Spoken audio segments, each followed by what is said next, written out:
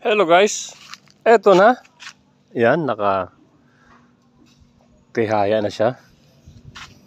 Nakadalawang patong guys, oh. Grabe, solid na. Pang ano talaga, pang tabas ng alon guys. Lalo na't sailboat to, na trimaran. Yan, oh, may paligpig pa. Isa, dalawa, tatlo, apat. Ayan yung loob niyan guys, oh.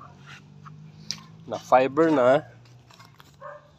Pero hindi man kompleto. Iba fiberglass resin lang kasi protection lang sa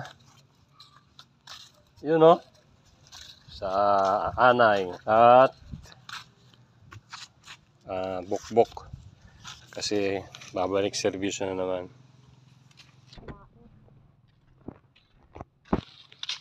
So ayan guys, may ano siya, tinestingan ko. Meron siyang yung fiberglass na may kulay, toner na white, so parang pintura na rin. So yan, kubertada siya guys, malapad. Yan, sa unahan yan, unahan. Ito yung huli yan. Dito yung makina. So hindi kompleto. At iiwanan ko muna to.